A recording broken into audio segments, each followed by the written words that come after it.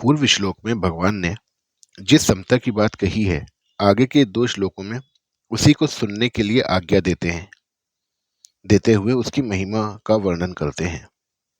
एषा ते भी हिता सांख्ये बुद्धिर्योगे त्विमाम शृणु बुद्धया युक्तो यया पार्थ कर्म बंधम प्रहास्यसि। हे पार्थ, यह समबुद्धि तेरे लिए पहले सांख्य योग में कही गई और अब तू इसको कर्म योग के विषय में सुन। जिस समबुद्धि से युक्त हुआ तू कर्म बंधन का त्याग कर देगा।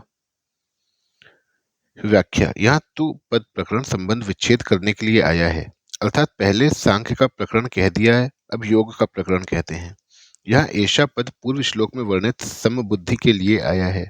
इस समबुद्धि का वर्णन पहले सांख्य योग में 11वें से 30वें श्लोक तक अच्छी तरह किया गया है।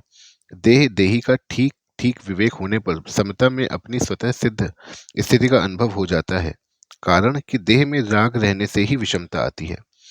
इस प्रकार सांख्य योग में तो समबुद्धि का वर्णन हो चुका है, अब इसी समबुद्धि को तू कर्म योग के विषय में सुन।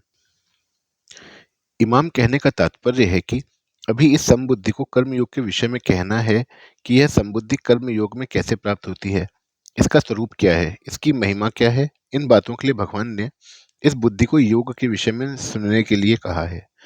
अर्जुन के मन में युद्ध करने से पाप लगने की संभावना थी, परंतु भगवान के मत में कर्मों में विषम बुद्धि होने से ही पाप लगता है, सम बुद्धि होने से पाप लगता ही नहीं। जैसे संसार में पाप और पुण्य की अनेक क्रियाएं होती रहती हैं, पर उनसे हमें पाप पुण्य नहीं लगते, क्योंकि उनमें हमारी समबुद्धि रहती है, अर्थात उनमें हमारा कोई पक्षपात, आग्रह, राग, द्वेष नहीं रहते। ऐसे ही तू समबुद्धि से युक्त रहेगा तो तेरे को भी ये कर्म बंधन कारक नहीं होंगे। इसी अध्याय के 7वें श्लोक में अर्जुन ने अपने कल्याण की बात पूछी थी, इसलिए भगवान कल्याण के मुख्य मुख्य साधनों का वर्णन करते हैं।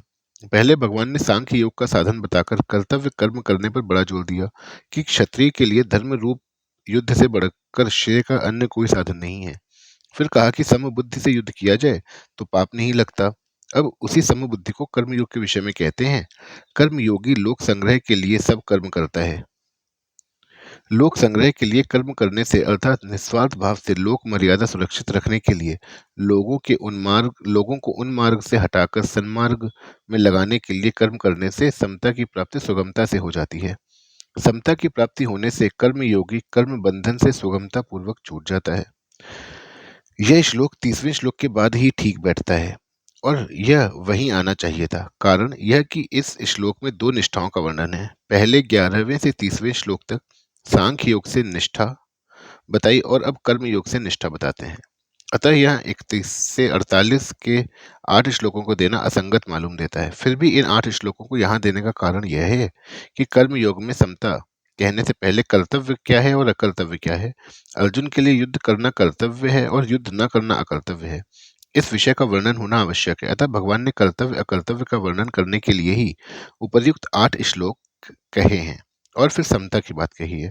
तात्पर्य है कि पहले 11वें से 30वें श्लोक तक सत असत के वर्णन से समता बताई कि सत सत ही है और असत असत ही है, इनमें कोई कुछ भी परिवर्तन नहीं कर सकता। फिर 31वें से 48वें श्लोक तक कर्तव्य अकर्तव्य की बात कहकर 39वें श्लोक से अकर्तव्य का त्याग और कर्तव्य का पालन करते हुए कर्मों की सिद्धि असिद्धि और फल की प्राप्ति अप्राप्ति में समता का वर्णन करते हैं।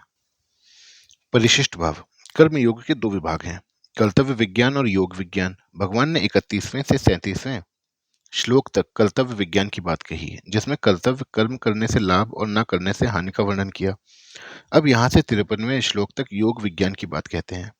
पूर्व श्लोक में भगवान ने जिस समता की बात कही और वह सांख्य योग और कर्म योग दोनों साधनों से प्राप्त हो सकती है। शरीर और शरीरी के विभाग को जानकर शरीर विभाग से संबंध विच्छेद करना सांख्य योग है, तथा कर्तव्य और अकर्तव्य के विभाग को जानकर अकर्तव्य विभाग का त्याग और कर्तव्य का पालन करना कर्मयोग है।